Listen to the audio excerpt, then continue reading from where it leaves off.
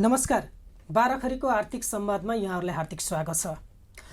आज हामी नेपाल वायु सेवा निगमको विषयमा कुराकानी गर्दैछौँ।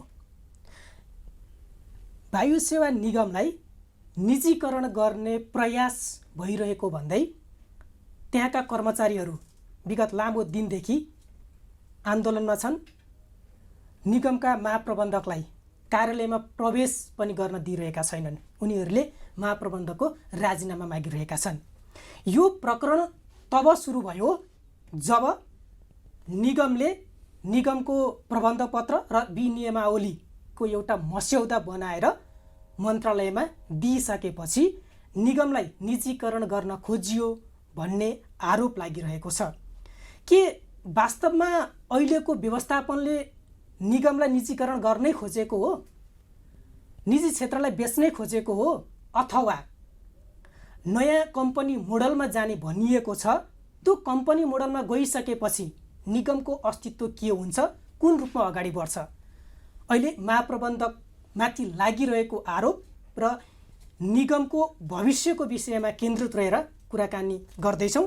आज हामी डिम्प्रकाश पौडेल सरसँग कुराकानी गर्दैछौँ, जो निगमको महाप्रबन्धक हुनुहुन्छ। सर, यहाँलाई स्वागत छ। हस्, धन्यवाद। मैले सुरु गरेँ, अहिले निगमलाई निजीकरण गर्ने हेतुले प्रमुख उद्देश्य राखेर हतारमा प्रबन्धपत्र र विनियमावली संशोधन गर्नको लागि मस्यौदा बनाइयो, मन्त्रालयमा पठाइयो। त्यसले गर्दाखेरि निगमलाई बचाउनुपर्छ भनेर कर्मचारीहरू आन्दोलनमा छ। निजीकरण गर्नै खोज्नुभयो?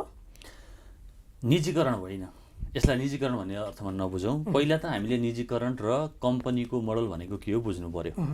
निजीकरणमा सरकारले आफ्नो स्वामित्व राख्दैन, निजी क्षेत्रलाई बेच्छ। जुन ढङ्गबाट हामीले निजीकरण परिभाषा जेसुकै भए पनि, तर यसमा हामीले के भनेका हौँ भने सरकारले आफ्नो स्वामित्व कम्तीमा पनि 51% राख्ने र बाँकी यसका एक्सपर्टहरू, यसका स्टेक होल्डरहरूलाई ल्याउने, जस्तो स्ट्राटेजिक पार्टनर भनेर हामीले भनेका छौँ, पटक पटक प्रयास गरेका छौँ। स्ट्राटेजिक पार्टनर ल्याउने, हाम्रो यहाँका चाहिँ के अरे पर्यटन व्यवसायीहरू लिएर आउने, ट्राभल ट्रेडका पर्यटन व्यवसायीहरू ल्याउने, पब्लिक सेयर होल्डरहरू लिएर आउने, कर्मचारीहरू लिएर आउने, जुन हामीले निर्णय गरेका छौँ, यसलाई निजीकरणको संज्ञा दिनु मिल्दैन। र यो निजीकरण होइन, परिभाषा त यो जे लगाइएला, तर यसको सारमा यो निजीकरण हुँदै होइन। यसमा निजीकरण भनेर चाहिँ यसलाई नबुझ्दा हुन्छ। त्यसो भने विरोध किन भइरहेको छ? मलाई पनि अचम्म लागिरहेको छ। विरोध उहाँहरूले जुन कुरा उठाइरहनु भएको छ साथीहरूले, त्यो तपाईँहरूले उठाएको कुरा के हो ल्याउनुहोस्, यहाँ राखेर त्यसलाई सम्बोधन गरौँ भनेर मैले पहिलो दिनदेखिबाट भनिरहेको छु। पटक पटक भनेको छु, सार्वजनिक रूपमा भनेको छु, व्यक्तिगत रूपमा भनेको छु, वार्ताको निम्ति आउनुहोस् भनेको छु। उहाँहरू वार्ताको निम्ति पनि आउनु भएको छैन। अरू कुनै उहाँहरूले आफ्ना सुझावहरू पनि दिनुभएको छैन।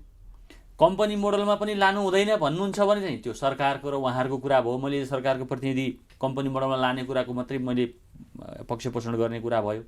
तर त्यसमा के राख्ने भन्ने कुरा यदि उहाँहरूलाई नराम्रो चिज त्यस्तो केही लाग्यो, नजाति चिज केही लाग्यो भनेदेखि त्यसलाई हटाउनुको निम्ति उहाँहरू आउनु पऱ्यो नि त। ल, तपाईँहरूको कुरा ल्याउनुहोस् भनेको भनेछु मैले, आउनु भएको छैन। अब अहिले चाहिँ महाप्रबन्धकको राजीनामासँग कुरा जोडिएको छ भन्ने सुन्छु। महाप्रबन्धकको राजीनामा र यसको संयोग कहाँ भयो? म जुन कुरा नेपाल सरकारले अराएको गरिरहेको छु मैले, कि एउटा खेसरा बनाएर लिएर आउनुहोस् भनेपछि खेसरा दियो। त्यसमा छलफलको निम्ति अब बोलाउँदाखेरि आउनु हुँदैन। अनि त्यो गरे बापत नेपाल सरकारले दिएको एउटा जिम्मेवारी पुरा गर्ने कोसिस गरे बापत राजीनामा दिनुपर्ने त हुँदैन? यो राजीनामा मागिरहेको कुरा मैले किन हो मैले बुझाएको छैन। र यसरी बजारमा सडकमा राजीनामा मागेर राजीनामा पाइने पनि चिज होइन। त्यसले गर्दाखेरि यसमा नअलमलिन र निगमलाई अगाडि बढाउनको निम्ति सबै साथीहरूले अवरोध सिर्जना गरेर हडताल गरेर निगम अगाडि बढ्दैन। यसले निगमका कर्मचारीहरूको साख नेपाली जनतामा अझ गिराएको छ, ट्याक्स पेयरहरूको नजरमा अझ गिराएको छ, सरकारको नजरमा अझ चाहिँ कर्मचारीहरूको साख गिराएको छ। त्यसकारण यो अवरोधलाई तत्काल अन्त्य गरेर उहाँहरूले भन्न चाहेको कुरा के हो, वार्तामा आउने, भन्ने, लेख्ने र त्यो अनुसार अगाडि जाने कुरा क्लियर छ। यसमा म कुनै पनि कुरामा रिजिड छैन। यही हुनुपर्छ भन्ने मेरो कुनै अडान छैन। उहाँहरूको एउटा आरोप चाहिँ यहाँमाथि के छ भने, जो आन्दोलनरत कर्मचारीहरू हुन्छ। उहाँले के भन्नुभएको छ भने तपाईँले मन्त्रीलाई पनि, जो तत्कालीन मन्त्री हुनुहुन्थ्यो, मन्त्रीलाई पनि जानकारी नदिकिन उहाँले पनि बुझ्नुभयो कि बुझ्नुभयो थाहा छैन, उहाँहरूको भनाइ चाहिँ के छ भने मन्त्रीले पनि मैले हेरिनँ, उहाँहरूले लिएर आउनुभयो, त्यसलाई चाहिँ हुन्छ अगाडि बढाउनुपर्छ भन्ने खालको कुरा चाहिँ मन्त्रीलाई नि ढाँटेर छल गरेर चाहिँ तपाईँ अगाडि बढ्नुभयो भन्ने कुरा उहाँहरूले नबुझेको एउटा कुरो के छ भने मन्त्रीलाई ढाँटेर यस्तो कुरा गर्नै सकिँदैन, प्रधानमन्त्रीलाई ढाँटेर गर्नै सकिन्न। मन्त्रालय हाम्रा तालुक जति पनि निकायहरू छन्, नियमनकारी निकायहरू, उनीहरूलाई ढाँटेर गर्न सकिन्न। अनि अर्को सबैभन्दा महत्त्वपूर्ण कुरा, मैले चाहेर निगम कुनै मोडलमा लान सक्दिनँ, कुनै मोडलमा लान सकिन्न। अनि मन्त्रीको असहमति छ भने त सकियो त, त्यहीँबाट यो असहमति भयो, यसलाई फालिदिउँ भन्ने भइगयो नि त। मन्त्रीले यो कुरो चाहनु भएको छैन, प्रधानमन्त्रीले यो कुरो चाहनु भएको छैन भने यो गलत गरेछ भने त्यहीँबाट च्यातेर फालिदियो भयो नि त। त्यसो प्रमाणपत्र नियावली उहाँले नगराएको काम मैले गरेको रहेछु भने, अनि यो चित्त नबुझेको रहेछ भने उहाँहरूले भनिदिए भयो यो कुरा चाहिँ गलत राख्नुभयो भने मैले त खेसरा यस्तो हुनुपर्छ भनेर टेम्प्लेट दिएको, त्यो टेम्प्लेटमा के राख्ने मै आफू सहमत छैन ती सबै कुरामा, त्यो चेन्ज गरौँ मैले नै भनिरहेको छु, त्यो चेन्ज गरेर आउनु पर्यो नि त। अनि मन्त्रीलाई ढाँट्ने भने त प्रसङ्गै हुँदैन, यो हुनै सक्दैन। त्यसो हो भने सरकारले नै यहाँलाई चाहिँ त्यो अनुसारको प्रबन्धपत्र नियमावली बनाउनु भने तपाईँहरूले बनाउनु भयो, प्रबन्धपत्र नियमावली बनाउनुहोस् भन्नुभयो, हामीले प्रबन्धपत्र नियमावली बनायौँ। त्यो अनुसारको भन्ने कुरा किन होइन भने त्यो टेम्प्लेट बनाउँदाखेरि यसमा अनुसार भन्ने हुँदैन, हामीलाई त्यो निर्देशन भन्ने कुरा होइन। यसमा कसरी राख्ने भन्ने कुरामा खेसरा ल्याउनुहोस्, बसेर मन्त्रालयमा छलफल गरौँ भन्ने कुरा भएको छ। त्यही कुरामा हामी लागेका हौँ। त्यसमा को कति राख्ने भन्ने कुरा डिडिए नभइकन पहिला कुरा के बुझौँ भने ड्यु डिलिजेन्स अडिट नगरिकन त्यो प्रबन्धपत्र नियावलीको कुनै अर्थै छैन, त्यो कोरा कागज हो, त्यो बाहेक अरू केही अर्थ छैन। ड्यु डिलिजेन्स अडिट गरिसकेपछि हामीले पुराना अडिटहरू हुँदैन भनिसक्यौँ, नयाँ अडिट गरौँ, त्यसबाट सरकारको जेथा कति आउँछ त्यो जेथा लगाएर सबै कम्पनीको चाहिँ के अरे पुँजीको रूपमा लगानी गर्ने हो। अनि बाँकी रहेको जति पुग्दैन त्यति मात्रै निजी क्षेत्रबाट अथवा तपाईँको चाहिँ के अरे अन्तर्राष्ट्रिय साझेदारबाट ल्याउने हो। अनि यो छलफलको क्रममा रहेको कुरामा चाहिँ धेरै चाहिँ रोइलो गऱ्यौँ हाम्रो सरले भन्नुभएको यो छलफलको विषय हो, यो मस्यौदा पनि प्रारम्भिक मस्यौदा हो भने अलिकति हामी पनि भनौँ न यो हतारमा नगरिकन कर्मचारीहरूसँगै किन नहोस् अथवा यससँग सम्बन्धित स्टेक होल्डरसँग किन नहोस्, उहाँहरूसँग छलफल गरेर यो प्रबन्धपत्र नियमावली एउटा एक खालको प्रारम्भिक नै किन नभए पनि त्यो खालको छलफल गरेर मस्यौदा दिएको पनि त दिएको त्यो हुन्थ्यो, त्यो मान्न सकेँ, म तपाईँलाई कुरा मान्न सक्छु। अब टाइप गर्नुभन्दा पहिला सोध्नु पर्थ्यो, प्रिन्ट निकाल्नुभन्दा पहिला सोध्नु पर्थ्यो, प्रिन्ट निकालेर बाइन्डिङ गर्नुभन्दा पहिला सोध्नु पर्थ्यो भने जस्तो कुरा हो क्या। हामीले त्यसलाई त्यहाँ राख्यौँ, अब त्यसमा छलफल गरौँ न, आउनु छलफल गरौँ, तपाईँको आइडिया के हो त भनेर मैले भनेको छु त। सरकारले त्यही कुरा भनेको छ त। हतार किन गरियो भने 15 गतेभित्र पेस गर्नुहोस् भनेर हामीलाई आदेशै छ, अर्थ मन्त्रालयले 15 गतेभित्र यसको खेसरा पर्यटन मन्त्रालयमा पेस गर्नु भनेर भन्नुभएको छ। भनेपछि हामीसँग चोइस भएन नि त। अनि त्यो समयमा हामीले मिटिङ बस्यौँ र मिटिङमा पनि हामीले कुनै निर्णय गरेका छैनौँ, यसो गरौँ उसो गरौँ केही भनेको छैन। जे उहाँहरूले माग्नु भएको त्यसको एउटा खेसरा बनाएर दिएको, त्यो 100% चेन्ज गर्न पनि हामी तयार छौँ। त्यसमा जे लेखेको छ प्रबन्धपत्र नियावलीमा साथीभाइहरूसँग सरसल्लाह गरेर स्टेक होल्डरसँग पोलिसी मेकरसँग सरसल्लाह गरेर त्यसमा भएका 100% कुरा चेन्ज गर्न पनि हामी तयार छौँ। अनि हामी तयार हुने, अनि जो निगम बचाउँछु भन्नुहुन्छ साथीहरू, उहाँ चाहिँ आउँदै नआउने पनि भन्ने कुरा हुन्छ, वार्तामै नबस्ने भन्ने कुरा हुन्छ। त्यसो हो भने जस्तो यहाँले जुन प्रस्ताव गर्नुभएको छ नेपाल वायु सेवा निगम कम्पनी लिमिटेड भनेर होइन, अब निगम भनेको त हाम्रो राष्ट्रिय ध्वजावाहक विमान भइहाल्यो। यो कम्पनी लिमिटेडमा राखिसकेपछि हाम्रो राष्ट्रिय ध्वजावाहक जुन गरिमा जुन हामीले सम्मान गर्छौँ त्यो मर्म त्यो भावना रहन्छ, मजाले रहन्छ, कहीँ पनि जाँदैन। संसारका जति पनि एयरलाइन्स कम्पनीहरू छन् हेर्नुहोस्, अहिले मलाई जहाँसम्म लाग्छ 95-98% चाहिँ कम्पनीहरू यो हवाईजहाज सञ्चालकहरू कम्पनी छन्। ती कम्पनीमध्ये सम्भवतः आधाभन्दा बढी राष्ट्रिय ध्वजावाहक पनि होलान्, जति देश छन् त्यतिवटा छन् एटलिस्ट हो। ती कम्पनीहरू राष्ट्रिय ध्वजावाहक कम्पनी भएर हुन मिल्ने, अनि नेपाल वायु सेवा निगम नमिल्ने हुन्छ, सिङ्गापुर मिल्ने, विमान बङ्गलादेश मिल्ने होइन, जापानका एयरलाइन्सहरू मिल्ने, कतार एयरवेज मिल्ने कम्पनी भएर राष्ट्रिय ध्वजावाहक हुन, अनि नेपाल वायु सेवा निगम किन नमिल्ने? मजाले मिल्छ, गर्ने नै हो, त्यो हुनैपर्छ। त्यो हुनुपर्छ भनेर हामीले लेख्ने पनि हो, त्यहाँ राष्ट्रिय ध्वजावाहक पनि हुनुपर्छ, ग्राउन्ड ह्यान्डलिङको सर्भिस पनि पाउनुपर्छ, नेपाल सरकारबाट अरू पाउने सुविधाहरू पनि पाउनुपर्छ, र पनि कम्पनीमा जानुपर्छ भनेको हामीले। यो निगमलाई कम्पनी मोडलमा लैजानुपर्ने आवश्यकता चाहिँ किन पर्यो? हामीले यो प्रयास गरेर हेऱ्यौँ। हुन त अहिले मैले सुन्दैछु यसै पनि चल्छ भन्नुभएको छ साथीहरूले। यसै गरी चल्दा यस्तै रिजल्ट आउँछ, हरेक वर्ष रिजल्टै आउँदैन भनौँ न। यस्तै रिजल्ट आउँछ। रिजल्ट भनेको नेगेटिभ रिजल्ट, फेलियर वर्षपछि फेलियर। अब यो 63 वर्षसम्म जुन मोडलमा चलाइयो त्यो मोडल चाहिँ उपयुक्त भएन कि भन्ने सन्दर्भमा यो मैले भनेको होइन, मेरो निष्कर्ष होइन। यसभन्दा अगाडि 2058 सालदेखिबाट यसका विभिन्न अध्ययनहरू भए, प्रबुद्ध व्यक्तित्वहरूबाट अध्ययन भएका छन्। त्यो अध्ययनको निष्कर्ष के हो भने अब यो कम्पनी मोडलमा नलैकन नचल्ने भयो है भन्नेमा पुग्यो। त्यही पुगेर होला हामीलाई अर्थ मन्त्रालयले यसको एउटा खेसरा तयार गर्नुहोस्, हामी सहयोग माग्न गयौँ, आर्थिक सहयोग माग्न गयौँ, अनुदान माग्न। त्यो बेला उहाँहरूले के भन्नुभयो भने तपाईँले अहिले जसरी चल्ने भन्नुभएको थियो त्यसरी चल्दैन, चेन्ज गर्नुहोस् भन्नुभएको। हाम्रो चाहनाले अहिले नै यतिखेरै मेरो चाहना होइन यो। म आफूले यसलाई कहिले गर्ने भनेको भए सम्भवतः अहिले नगरौँ भन्थ्यो होला, तर सरकारले आदेश दिइसकेपछि यसको नगर्ने भन्ने कुरा हुँदैन। र गरिसकेको पनि छैन, संवादको सुरुवात गरेको हामीले। त्यसकारण यो राष्ट्रिय ध्वजावाहक चाहिँ हुनु, कम्पनी हुनु अथवा यस विषयले अथवा ढिलो चाँडो हुनु यो त्यति धेरै चाहिँ यो यसको राख्दैन। यसमा के कन्टेन्ट राखियो, कसरी डेभलप गरियो, नेपाल सरकारको स्वामित्वलाई कसरी स्थापित गरियो, यो कुरा प्रमुख हो। यसैमा एउटा शङ्का गर्ने ठाउँ अथवा आरोप लगाइएको विषय के हो भने जति पनि स्वदेशी विमान सञ्चालकहरू छन्, कम्पनीहरू छन्, उनीहरूलाई पनि सर्टेन सेयर बेच्ने र अन्ततोगत्वा उनीहरूको हात नै माथि पार्ने भन्ने आरोप छ। तपाईँहरूले म सोध्न खोजेको, तपाईँहरूले जुन प्रस्ताव गरिरहनु भएको छ, जुन मोडलमा लिएर जाने भनेर परिकल्पना गरिरहनु भएको छ, त्यो ठ्याक्कै मोडलको प्रारूप चाहिँ के हो अथवा त्यो जान खोजिएको दुईटा कुरा हो। त्यसमा दुईटा गल्ती भएको छ। त्यहाँ गल्ती भएको छ इन द सेन्स त्यहाँ क्लियर गर्नुपर्ने कुरा छ। क्लियर गर्नुपर्ने कुरा के छ भने एउटा संस्थापक सेयर भनिएकोलाई हामीले इलाबोरेट गर्नुपर्ने छ। के हो संस्थापक भन्ने? यो संस्था जसले संस्थापन गर्यो, स्थापना गर्यो, त्यसलाई संस्थापक भन्ने हिसाबमा त्यहाँ त्यो मस्यौदाकार साथीहरूले त्यसरी लेख्नु भयो। र त्यसमा संस्थापक को हो, को हुन पाउने भन्ने कुरा एउटा क्लियर गर्नुपर्ने छ। अर्को हामीले छुट्याएको 14% सेयर चाहिँ स्वदेशी हवाई सेवा कम्पनी भनिएको छ।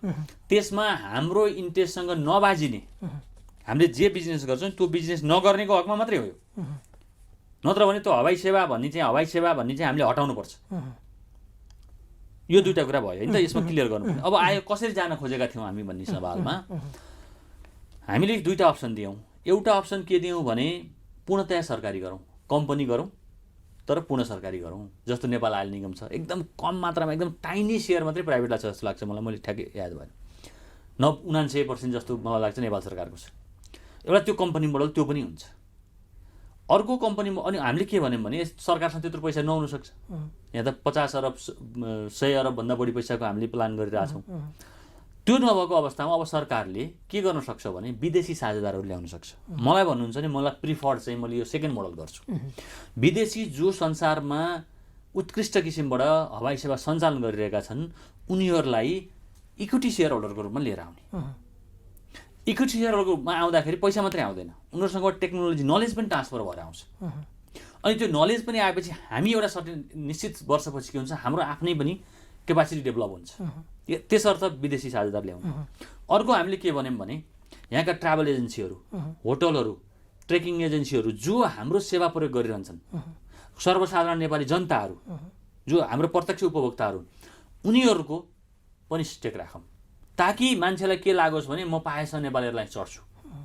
त्यो खालको ओनरसिप डेभलप होस् टुरिज्म इन्टरप्रेनरहरूदेखि लिएर हाम्रो पब्लिक उसमा। त्यसमा हामीले 14% जति सेयर राखौँ भन्यौँ। त्यसपछि 5% चाहिँ हामीले हाम्रा कर्मचारीहरू, कार्यरत कर्मचारी प्लस भूतपूर्व कर्मचारीहरूलाई हामीले 5% छुट्यायौँ।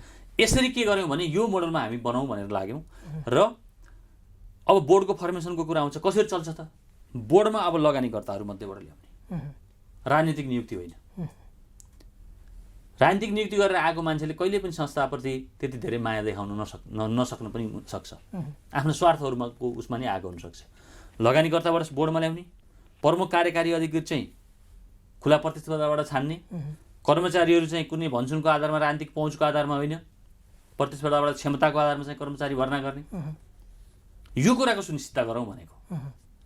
व्यापारहरूमा चाहिँ हामीले कम्पिटेटिभनेस डेभलप गरौँ, फ्लिटहरू बढाउँ। फ्लिट ल्याउनमा हामीलाई एउटा फ्रिडम हुन्छ होइन, जहाजहरू किन्नको निम्ति।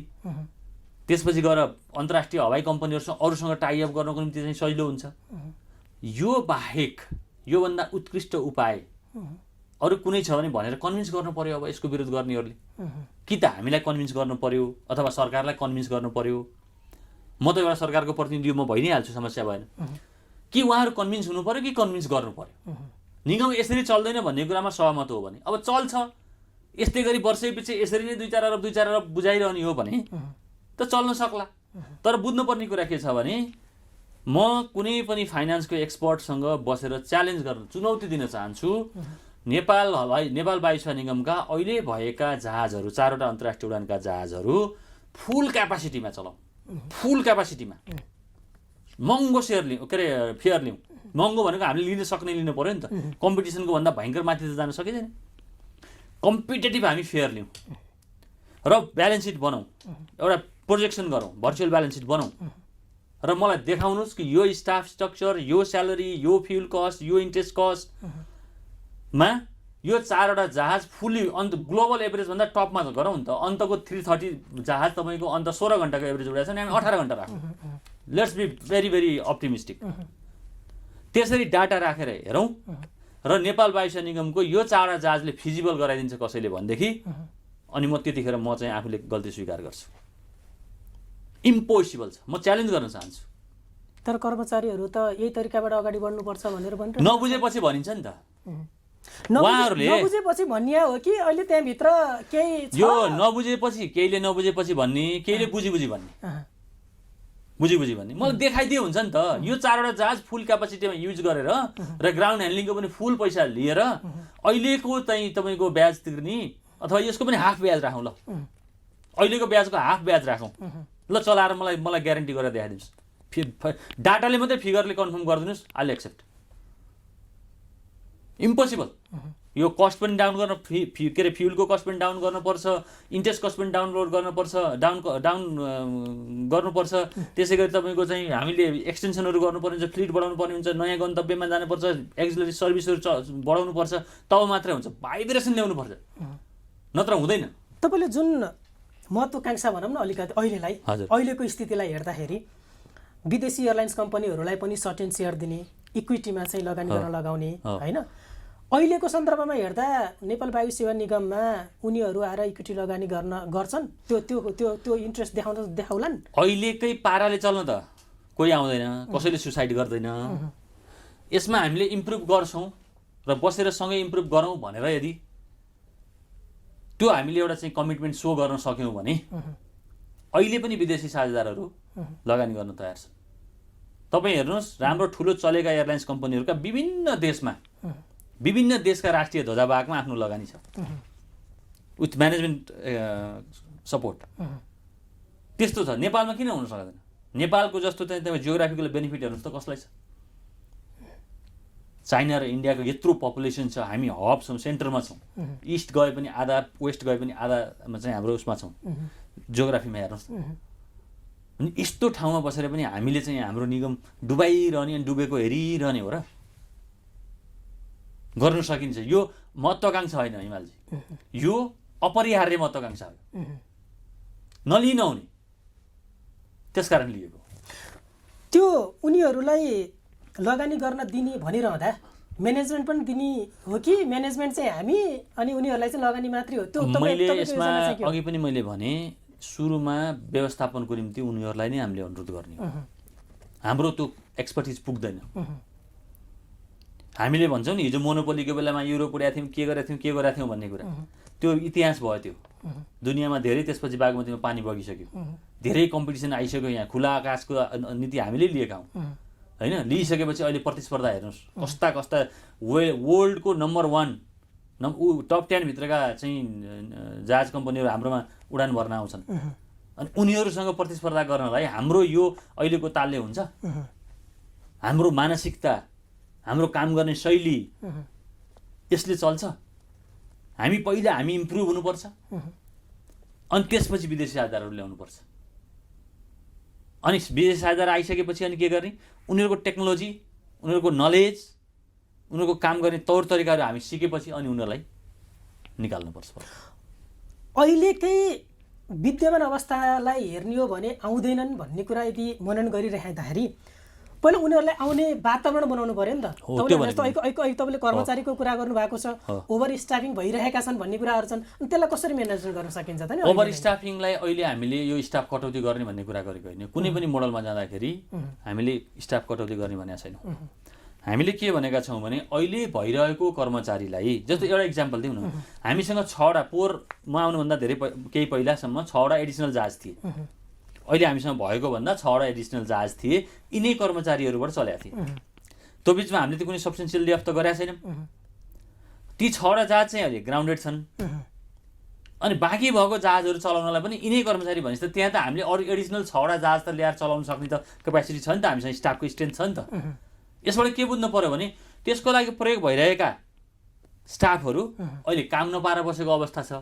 फ्लिट थप्नु पर्यो र उनीहरूलाई काम दिनु पर्यो, क्षेत्र थप्नु पर्यो, भइहाल्छ। यो स्टाफ निकालिरहनु पनि जरुरी छैन। त्यसो हो भने त कम्पनी मोडलमा जुन योजना छ, कम्पनी मोडलमै लैजानुपर्ने, निगमलाई बचाउने हो भने भनेर जुन भनिरहनु भएको छ, त्यसो भने त कर्मचारीहरू पनि हात्तिनुपर्ने स्थिति त छैन। यसमा त म त भन्छु कम्पनीबाट अझ राम्रोसँग गर्न सकिन्छ। कम्पनीमा हामी गइयो भने स्टाफहरूलाई अझ धेरै बेनिफिट दिन सकिन्छ, प्रतिस्पर्धा गराएर ल्याउन सकिन्छ। प्रतिस्पर्धाको निम्ति उनीहरू चाहिँ तयार हुन सक्छन्, प्रतिस्पर्धी बन्न सक्छन्। आज हाम्रो स्टाफहरूले गएर निजी वायु सेवा कम्पनी 10 गुणा तलब खाने गरेका छन्। निजी वायु सेवा कम्पनी हामीले अहिले 10 गुणा बनाएर कुनै राम्रो स्टाफ पायौँ भने 10 गुणा बनाएर ल्याउनु पनि सक्दैनौँ, होइन र? यो के हो भने नि, कुन लेभलमा आफूलाई सोच्ने, आफूलाई कुन यस्तै भएको अर्गनाइजेसनमा म सेक्योर भएर बस्छु भन्ने कि एउटा ब्राइटर अर्गनाइजेसनको चाहिँ म इम्प्लोइ भएर बस्छु भनेर सोच्ने, त्यो कुरा हो। यहाँ त स्टाफको तलब, अहिले खाएको तलबले हाम्रो स्टाफहरू कोही काठमाडौँमा बाँच्न सक्ने अवस्था छ? हाम्रो पे स्केलले कुनै पनि कर्मचारीलाई काठमाडौँमा चाहिँ खान बस्न पुग्दैन, बच्चा बच्ची पाल्ने कुरा छोड्नुहोस्। अनि मान्छेलाई के गर्छ, बाध्य भएर चाहिँ अनि अरू पेसाहरू गर्ने, अरू अन्त लाग्ने, अफिस टाइममा चाहिँ तपाईँको चाहिँ अनुशासित नहुने, यस्ता कामहरू गर्नु परेको छ। निजी कम्पनी अथवा के अरे तपाईँको चाहिँ पब्लिक कम्पनीमा हामी गयौँ भने त्यो कम्पिटिटिभनेस पनि त बढ्छ नि त, अनि उनीहरूको तलब स्वाभाविक रूपमा बढ्छ, अहिलेको भन्दा धेरै बढ्छ, बढाउन सकिन्छ। कर्मचारीहरूको एउटा डर, सरले भनिरहँदा कर्मचारीहरूको एउटा डर चाहिँ कतै गोराकाली रबर उद्योग होइन, जनकपुर चुरोट कारखाना त हुने होइन भन्ने एक खालको जुन शङ्का डर छ नि, त्यो पनि त जायजै होला नि, होइन? उहाँहरूको त्यो नबुझ्दासम्म जायज हो, या बुझ पचाउँदा जायज जस्तो देखिने हो। गोरखकारी टायर, तपाईँको चाहिँ जनकपुर चुरोट कारखाना, लुम्बिनी चिनी कारखाना, भेरकुटी कागज लगायतका जति पनि छन्, यिनीहरू नेपाल सरकारले स्वामित्व बेचेको, हामीले बेच्ने होइन। हाम्रोमा त सरकार त्यहीँ बस्छ, पर्यो भने फेरि अप्ठ्यारो पर्दाखेरि सरकारले कहाँ थाप्छ? किन 51% सेयर होल्डर हो नि त, राष्ट्रिय ध्वजावाहको हैसियत छ नि त। अहिले पुरै हुँदाखेरि त कहाँ थापे छैन, अहिले पुरै हुँदा कहाँ थापेको छैन, किन हामीले त्यो अनुशासन, त्यो ट्रान्सपरेन्सी, त्यो म्यानेजमेन्ट, त्यो गभर्नेन्स हामी देखाउनै सकेका छैनौँ। सरकारले दिन्छ अनि हामी ल्याप्लु पार्नेतिर ध्यान दियो भने त कहाँ हुन्छ त? सरकारले 4वटा जहाज ल्याएर आएर म जवानी बस्दिन्छु तिर भनेको हो नि त। ल अहिले त 2 वर्ष कोभिड भयो, कोभिड सुरु हुनुभन्दा पूर्व खोइ त अनि हामीले कमाएर चाहिँ ब्याज तिरेको, अनस्टेबल भयो नि त। किन फ्लिट प्लानहरू हामीले राम्रोसँग गर्न सकिएन, तपाईँको चाहिँ के अरे डेस्टिनेसन प्लानहरू राम्रो गर्न, मार्केटिङ प्लान राम्रो भएन, त्यो बिचमा लिएर आइयो अनि गर्न सकिएन। तर त्यो नगरे हुँदैन, सरकारले यस्तो मौका दिएको, सरकारले नदिएको भन्न मिल्दैन। हामीले मौका दिएको, तर त्यो मौकालाई सही सदुपयोग गर्न नसकेको स्वीकार गर्नुपर्छ। यही स्थितिमा अब आगामी दिनमा पनि सकिँदैन। अब यस्तो भयो त कसरी सकिन्छ? 20-25 दिनसम्म निगम तपाईँको चाहिँ के अरे अवरोध गर्दा, तालाबन्दी गर्दाखेरि जसको दिल दुख्दैन नि, त्यसले कसरी चाहिँ तपाईँको निगमको भलो चिताउन सक्छ?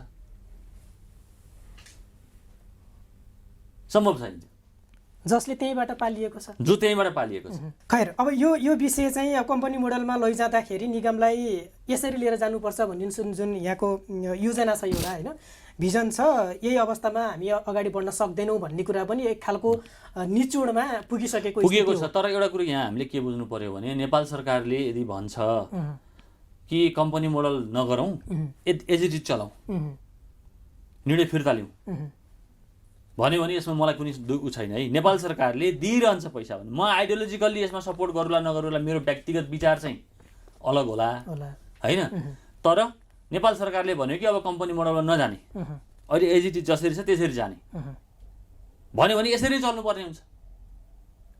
अझै झर्नुपर्ने होला, झर्नु पर्ला त चढिएला जे होला होइन। नझरे पनि तपाईँको चाहिँ सरकारले दिएको गरेको लगानीको कति रिटर्न दिन सकिन्छ, ट्याक्स पेयरको मनीलाई हामीले कति चाहिँ तपाईँको चाहिँ जस्टिस दिन सकिन्छ भन्ने कुरा हो। आजको दिनसम्म हेर्दाखेरि त्यो जस्टिस दिन सकिँदैन भन्ने कुरामा तपाईँ कन्फर्म हो? सकिया छैन अहिलेसम्म सकिया छैन। गभर्मेन्टले हामीलाई ग्राउन्ड ह्यान्डलिङ जस्तो एउटा ल्युक्रेटिभ सर्भिस हामीलाई दिएको छ, त्यसबाट हामीले एक हिसाबले निगम धानेका छौँ। तर सधैँ त्यो सुविधा हामीले उपभोग गरिरहँदाखेरि राज्यलाई पनि हामीले केही डिभिडेन्ड दिनुपर्छ, राज्यलाई पनि हामीले सर्टेन जिम्मेवारीहरू पुरा गरिदिनुपर्छ भन्ने कुरा चाहिँ बुझ्नुपर्छ। हामीले दुर्गममा दुईटामा जहाज चलाएका छौँ, त्यस कारण हाम्रो सोसियल रेस्पोन्सिबिलिटी पुरा भयो, अथवा हामीले लास लिएर आयौँ अथवा कुनै उद्धार फ्लाइटहरू गऱ्यौँ भन्दैमा त्यो जिम्मेवारी पुरा भएको मान्न सकिन्न। यो कम्पनी मोडलमै जाने भनेको नै आजको भोलि नै जाने होइन, समय लाग्छ। त्यो बिचमा पनि हामीले धेरै सुधारहरू गर्नुपर्ने हुन्छ। सरकारको पुँजी पनि थोरै नै छ, कति नै छ र अहिले नेपाल वायुसेवा निगममा थोरै छ, 35 करोड रुपियाँको हाराहारी होइन, त्यतिको हाराहारीमा छ। अब यो थोरै पुँजी भएको कम्पनीको अर्बौँ ऋण छ होइन, हामीले सावा पनि तिर्न सकेका छैनौँ। त्यो अझै यो कोभिडको स्थितिमा आइसकेपछि त हामीले तिर्नै सकेनौँ भन्दा पनि हुन्छ। यो स्थिति चाहिँ किन आयो, यो अवस्था किन आयो? हामीले कोभिडलाई जोड्ने हो भने अहिलेलाई नजोडौँ, किनभने अहिले पछिल्लो कोभिडको स्थिति हो भने हरेकको छ। तर पनि हामी यो स्थितिमा किन आयो, निगम आजका दिनसम्म यो स्थितिमा किन आयो? त्यसमा 2-3टा कारण छन्। पहिलो कारण भनेको नेपाल सरकारको लगानी अत्यन्तै न्यून छ, अत्यन्तै न्यून छ। 94% भर्सेस 6 डेट इक्विटी रेसियो, 6% हाम्रो लगानी छ। अनि एउटा त्यो भयो। अनि के भयो भने इक्विटी हाल्न पर्ने ठाउँमा यदि हामीले ऋणै लियौँ भने त्यो ऋणको ब्याजमा त गइहाल्ने भयो, त्यसबाट घाटा देखिन्छ। दोस्रो, नेपालमा यो नेपाल वायुसेवा निगमले प्रयोग गर्ने अथवा नेपालमा प्रयोग हुने इन्धन जति पनि छ त्यो संसारको सबैभन्दा महँगो इन्धन थियो माउनुभन्दा पनि, अहिले घट्यो, अहिले घटाइयो, हामीले धेरै अनुरोध गरेर घटाइयो। दोस्रो, तेस्रो, नेपाल वायुसेवा लिएको ऋण सम्भवतः संसारको सबैभन्दा महँगो ब्याज भएको ऋण हो। र नेपाल देश आफैमा कम आय स्रोत भएको, धेरै जसो खाडी मुलुकमा काम गर्न जाने कामदारहरू बोक्नुपर्ने, हामीले जब एउटा कतिपय जहाजहरूको के छ, जहाज कम्पनीहरूको भने 100% बिजनेस क्लासका सिट छन् कि 100% सिटहरू बिजनेस क्लास। हामीले के छ भने 100% इकोनोमी क्लास गर्नुपर्ने अवस्था आइसक्यो। त्यसले के गर्छ भने अपरेटिङ कस्ट त एउटै आउँछ, तर रेभेन्यू के हुन्छ, ड्रास्टिकली कम हुन्छ नि त। त्यो देशको आय स्रोतमा पनि भर पर्छ। र अर्को भनेको निगमको व्यवस्थापनमा भएको कमी कमजोरी, सरकार र निगमको व्यवस्थापनको बिचमा रहेको संवादहीनताको अवस्था, जुन इन्फर्मेसन सिन्क्रोनाइज हुनुपर्ने त्यो नहुने, यी 4-5वटा कारण हुन्। र यी कारण हामीले ठिकठाक पार्न सक्यौँ भने निगम अहिलेको अवस्थामा रहँदैन, फेरि मजाले अगाडि बढाउन सकिन्छ।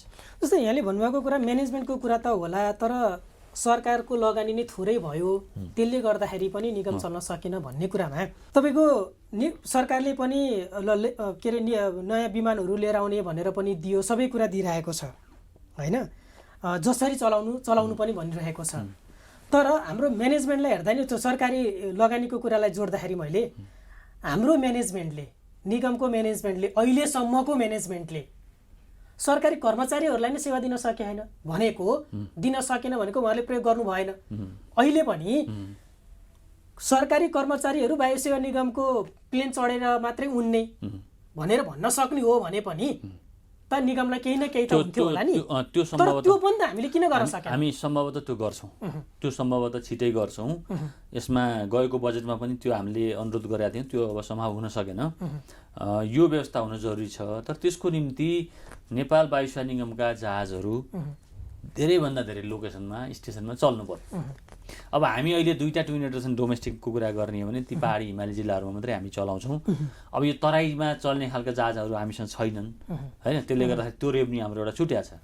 अन्तर्राष्ट्रिय उडानहरूको कुरा गर्ने हो भने पनि जस्तो थाइल्यान्ड, कुआलालम्पुर, हङकङ, जापान इन्डियाका चाहिँ तपाईँको दिल्ली, मुम्बई र बेङ्गलोर यिनै डेस्टिनेसन हुन् जहाँ सरकारी कर्मचारीहरूको बढी आवत जावत हुन्छ। अनि सरकारी कर्मचारीहरू हाम्रो के छ भने एन्ड टु एन्ड छ, धेरै अब हाम्रो ट्रान्जिट भएर अन्त जाने भन्ने कहीँ पनि छैन। भनिसकेपछि अब युरोप जानु पर्यो भने हामीले चाहिँ दुबईसम्म लैदिन्छौँ अथवा दोहासम्म लैदिन्छौँ, त्यहाँबाट अर्को जहाजमा पठाउँछौँ भन्दाखेरि कतिको इन्ट्रेस्ट रहला मान्छेहरूमा, होइन? यी धेरै कारणहरू छन्। यो हामीले चाहिँ सरकारी जुन सुविधा हामीले अथवा केही छुट दिएका छौँ, आफ्नो निजी भ्रमण जानेहरूलाई पनि केही छुटको व्यवस्था छ, प्लस सरकारको वायुसेवा चढिदिनु पर्ने भन्ने जुन कानुन हामीले अथवा नीति बनाउँछौँ त्यसमा पनि केही चाहिँ हामीले पहिला आफू इम्प्रुभ हुनु जरुरी छ। नत्र अहिले नै यो हामीले इम्पोज गऱ्यौँ भनेदेखि त्यो अलिक फिका नै हुन्छ। भनेपछि मैले फेरि कम्पनी मोडललाई जोडेँ। कम्पनी मोडलमा हामी त्यसरी गयौँ भने सपोज मानौँ न अहिले हामी युरोप अमेरिका सिधै जान सक्दैनौँ, होइन? कुनै पनि इन्टरनेसनल कम्पनीहरूसँग उनीहरूको इक्विटी लगानी हामी लिएर आउन सकियो भने यहाँबाट हाम्रो डेस्टिनेसन जहाँ छ के अरे नेपाल वायुसेवाले लैजाने, नेपाल एयरलाइन्सले लैजाने, त्यसपछि त्यहाँबाट अरू एयरलाइन्सहरूले लैजाने, त्यो खालको प्रयास प्रयास गरेका छौँ हामीले। युरोपमा उड्न नपाउनु भनेको त हाम्रो कारणले होइन, होइन? अब अहिले हाम्रो पनि केही होला, एकदम न्यून कारण होला, तर यो चाहिँ अब नियामक निकायको कारणले गर्दाखेरि हुन सकिरहेको छैन। त्यो भयो भने त्यो सम्भावना एकदमै छ। हामीले अहिले सोचेको पनि त्यही हो, हामी डाइरेक्ट युरोप पनि जान सक्छौँ अथवा हाम्रो पार्टनरहरू, स्ट्राटेजिक पार्टनरहरूको जहाँ स्ट्राटेजिक लोकेसनहरू छ हामी त्यहाँसम्म हामी बोक्छौँ, त्यहाँबाट उहाँहरूले बोक्नुहुन्छ। अनि स्ट्राटेजिक पार्टनर तपाईँको स्ट्रङ भयो, रेपुटेड भयो भनेदेखि हामीलाई यो युरोपियन युनियनको जुन चाहिँ के अरे सुरक्षा सूची भन्छौँ हामीले, सेफ्टी लिस्ट, त्यसबाट हट्न पनि हामीलाई चाहिँ सहयोग हुन्छ। किनभने उहाँहरूको अडिट स्ट्यान्डर्डहरू हामीले ल्याउँछौँ, हाम्रो नियामक निकायहरू पनि त्यो अनुसारको चाहिँ प्रिपेयर्डनेस हुन्छ, त्यो गर्दाखेरि सजिलो पनि हुन्छ। अर्को विषय, यहाँले त सेतो हात्ती पालेर पनि राखिरहनु भएको छ, त्यो सेतो हात्तीको व्यवस्थापन कहिले हुँदैछ, कसरी हुन्छ? सेतो हात्ती भनेको यहाँ चाइनिज जहाज भन्नु, चाइनिज जहाज भनेपछि अब सेतो हात्तीहरू भन्नु पर्यो, हात्तीहरू। यसमा अर्थ मन्त्रालयले हामीलाई एउटा निर्देशन दिएको छ, अब यसलाई कि तपाईँले चाहिँ कहीँ विदेशी अथवा स्वदेशीलाई चाहिँ भाडामा दिएर भाडामा चलाउने व्यवस्था गर्नुहोस् कि यसलाई चाहिँ बेच्नुहोस् भनेर हामीलाई निर्देशन आएको छ। त्यो निर्देशन अनुसार हामीले काम गरिरहेका छौँ। अहिले यही डिस्टर्बेन्सले अलिकति हामी रोकिएका छौँ। अब यो चाहिँ अगाडि बढ्छ काम। हामी या त भाडामा दिनलाई कसैलाई उयो गर्छौँ, अब यो कमर्सियल अपरेसन गर्ने त के गर्छन् तपाईँको चाहिँ यो हामीले चाहिँ भाडामा दिन्छौँ, अनि बिगेन यदि त्यसो गर्दाखेरि गएन भनेदेखि अनि हामी बेच्ने प्रोसेसमा हामी लाग्छौँ। सुरुको प्राथमिकता भनेको भाडा हो? भाडा हो। त्यो प्राथमिकता पनि अर्थ मन्त्रालयले तोकेरै दिएको छ, भाडाको लागि पहिला, त्यसपछि बिक्री। अब यहाँ त लामो समयदेखिबाट म्यानेजमेन्ट सम्हालेर बस्नु भएको छ, सरकारले नेतृत्व दियो, फेरि आन्दोलन सुरु भयो, यत्रो लामो समयसम्म कार्यालयमा जान सक्नु पनि भएको छैन कर्मचारीहरूको आन्दोलनको कारणले। कति दिनसम्म यस्तै रहला, वार्ता कहिले होला? अब यो अत्यावश्यक सेवा हो, त्यसकारण यसमा अवरोध गर्नु हुँदैन, यो सबैले हामीले बुझेका छौँ। मैले प्रिन्सिपल्ली के भन्छु भने, म कुन प्रिन्सिपलको मान्छे हो भने यस्ता खालका हडतालहरूमा बल प्रयोग गर्नु हुँदैन। शान्तिपूर्ण हडतालहरू भएका छन् भने बल प्रयोग गर्नुहुन्न भन्ने म मान्यता राख्छु। तर त्यसो गरिरहँदा अत्यावश्यक सेवा अवरुद्ध भयो भने सरकारले कदम लिनुपर्ने हुन्छ, उपयुक्त कदम लिनुपर्ने हुन्छ, त्यो पक्षमा अलग कुरा भयो।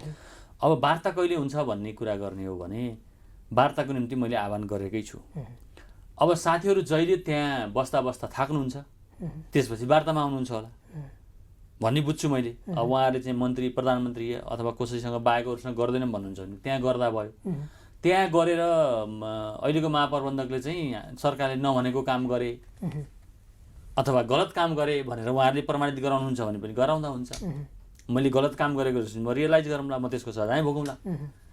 ठिक काम गरेको छु भनेदेखि म अगाडि बढ्ने हो।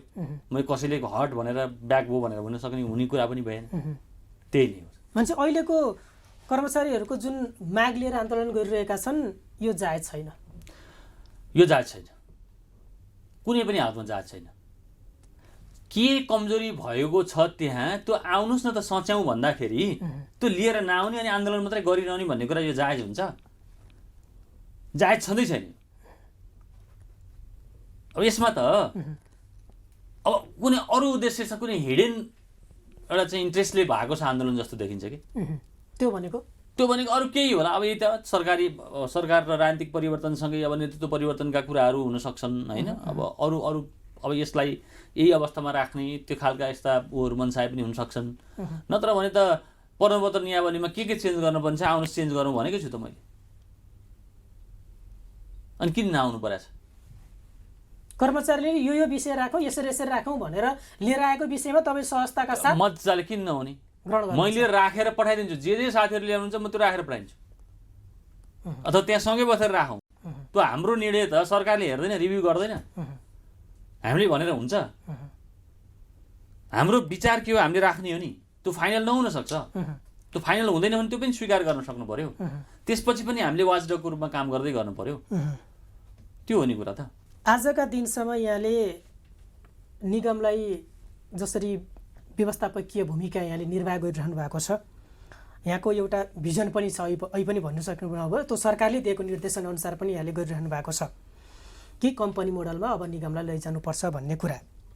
यदि अहिलेकै स्थिति हेरिरहँदाखेरि निगमलाई कम्पनी मोडलमा वा अन्य जुनसुकै स्थितिमा भए पनि लान सकिएन, विभिन्न मोडलमा भनौँ न, जुनसुकै प्रक्रियाबाट भए पनि अगाडि बढाउन सकिएन भने तपाईँले बुझ्नुभएको, किन अहिले पो तपाईँ व्यवस्थापक हुनुहुन्छ त, महाप्रबन्धक हुनुहुन्छ, योभन्दा अगाडि त सञ्चालक भएर पनि बस्नुभयो हो नि, हेर्नुभयो हो नि, निगमको भविष्य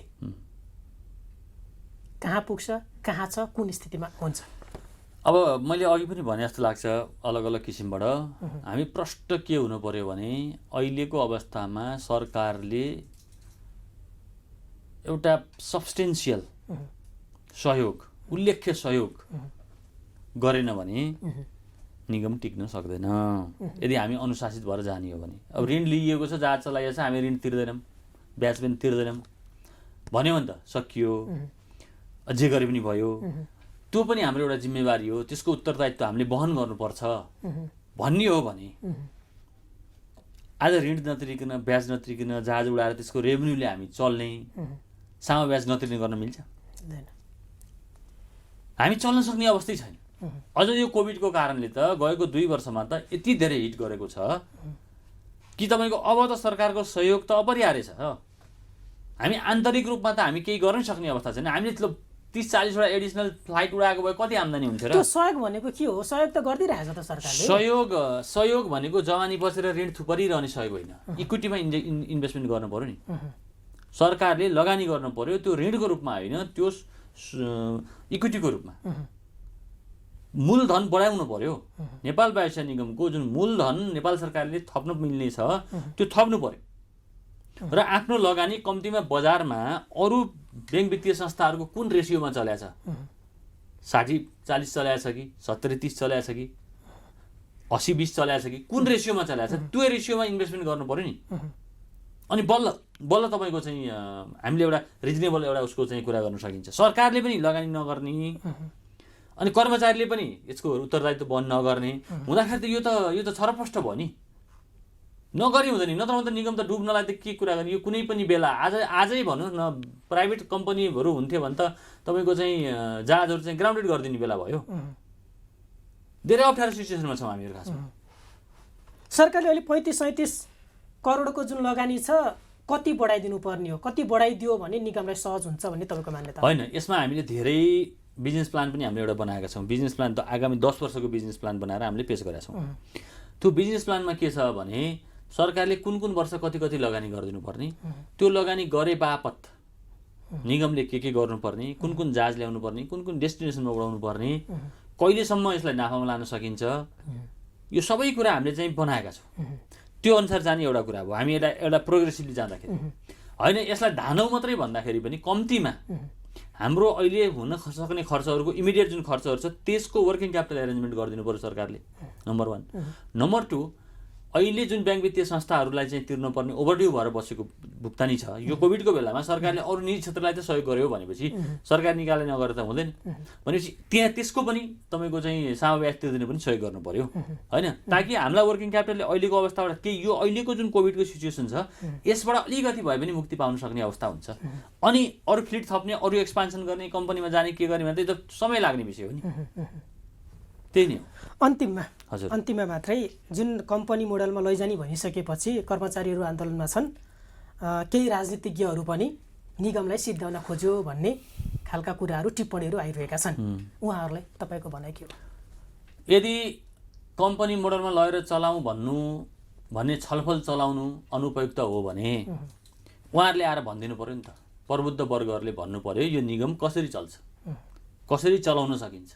मैले अघि नै भनिसकेँ, मैले च्यालेन्ज गरेको छु हामीसँग भएका जहाजहरू फुल क्यापासिटीमा चलाउँ, त्यसको रेभेन्यू राखेर हेरौँ र अहिलेको खर्च राखेर हेरौँ, छर्लङ्ग 2 पानामा निक्लिन्छ यहाँ। यस्तो कुरामा अनि त्यसै सस्तो लोकप्रियताको लागि जे पाते बोलिदिँदैन निगम बेचेर खान लागि के गरे भन्ने। निगमले आफैले बेचेर आफै बेचिन्छ। निगमको स्वामित्व अहिले निगमका कर्मचारीहरू महाप्रबन्धक अथवा कुनै बोर्डमा छ। यो कति प्रक्रिया हुन्छ निजीकरण गर्नको निम्ति, कत्रो निजीकरण चाहिँ तपाईँको चाहिँ सम्बन्धी चाहिँ कार्यविधि छ, ऐन छ, त्यो अनुसार चल्नु पर्दैन। त्यसै निजीकरण भयो, त्यसै सक्न लाए, बेच्न लाए भनेर चाहिँ हावादारी कुराको पछि लाग्ने अनि सस्तो लोकप्रिय ताली बजाउने तपाईँको चाहिँ ताली उगाएर हुन्छ। गलत भएको छ यो। हस्, यहाँको समय र संवादका लागि यहाँलाई धेरै धेरै धन्यवाद। हस्, यहाँलाई पनि धेरै धेरै धन्यवाद।